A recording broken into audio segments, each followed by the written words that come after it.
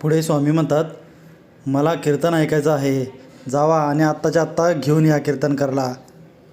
भुजंगभाऊ म्हणतो, आता कोण मिळणार कीर्तनकार, आणि बाहेर तरी कितक्या मोठ्याने पाऊस चालू आहे आणि कसे काय भेटणार आम्हासनी.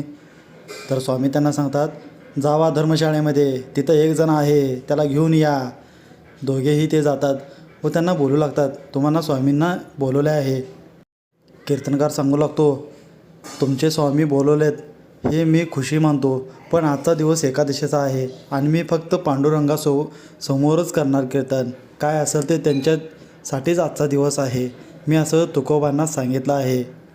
स्वामी तिथे येतात व त्याला सांगू लागतात, असं नसतं कधी, तुला यावं लागतं, लोकांसाठी कीर्तन म्हणावं लागतं, चांगलं ज्ञान द्यावं लागतं, आणि असं एक दिवस तू ठेवलास असं तुला देवाने कधी नाही सांगितलेलं, तू स्वतःहून करत आहेस. तर तो सांगतो, मला माफ करा,